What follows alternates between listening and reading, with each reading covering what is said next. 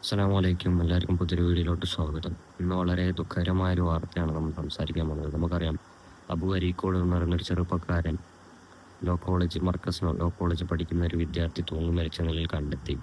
അദ്ദേഹം CPIM പ്രവർത്തകനാണ്. അതുപോലെ യൂട്യൂബ് ചാനലൊക്കെയുള്ള ഒരു രാഷ്ട്രീയപരമായ ഒരുപാട് അറിവുകളുള്ള ഒരു വ്യക്തിയാണ്.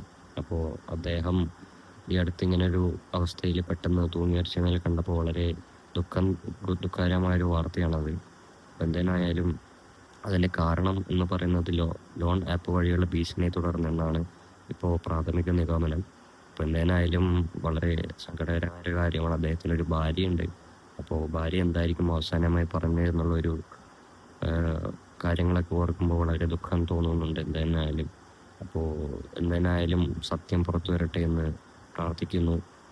അപ്പോൾ അദ്ദേഹം എന്ന് വെച്ചാൽ 2 ലക്ഷത്തോളം സബ്സ്ക്രൈബേഴ്സ് ഉള്ള യൂട്യൂബ് ചാനലൊക്കെ നടത്തുന്ന ഒരാളാണ്. അപ്പോൾ അദ്ദേഹം ഒരുപാട് കാര്യങ്ങൾ അഭിപ്രായം പറയാറുണ്ട്. അപ്പോൾ എന്തായാലും സത്യം പുറത്തു വരട്ടെ എന്ന് പ്രാർത്ഥിച്ചുകൊണ്ട് നിർത്തുന്നു.